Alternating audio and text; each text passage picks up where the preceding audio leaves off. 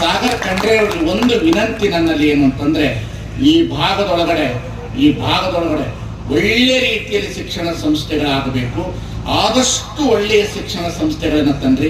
ಹಳ್ಳಿಗಳಲ್ಲಿ ಶಿಕ್ಷಣ ಸಂಸ್ಥೆಗಳನ್ನು ತರಿಸ್ಬೇಕು. CBS ಶಾಲೆಗಳಾಗಬೇಕು, ಗೌರ್ಮೆಂಟ್ ಕಾಲೇಜುಗಳು ಬರಬೇಕು, ಶಿಕ್ಷಣ ಸಂಸ್ಥೆಗಳನ್ನು ತೆಗಿಬೇಕು, ವಿಜ್ಞಾನ ಸೈನ್ಸ್ಗಳನ್ನು ತರಬೇಕು, ಒಳ್ಳೆ ಹಾಸ್ಟೆಲ್ಗಳಾಗಬೇಕು.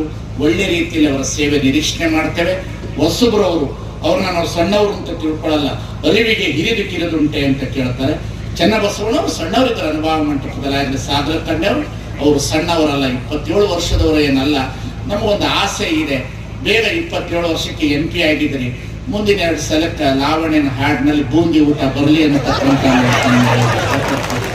ಅವ್ರಿಗಷ್ಟೇ ತಿಳಿತಿದ್ರಿ ಶಬ್ದಗಳು. ತಿಳಿಯೋದಿಲ್ಲ, ಅಪ್ಪಳು ತಿಳಿಯೋದಿಲ್ಲ.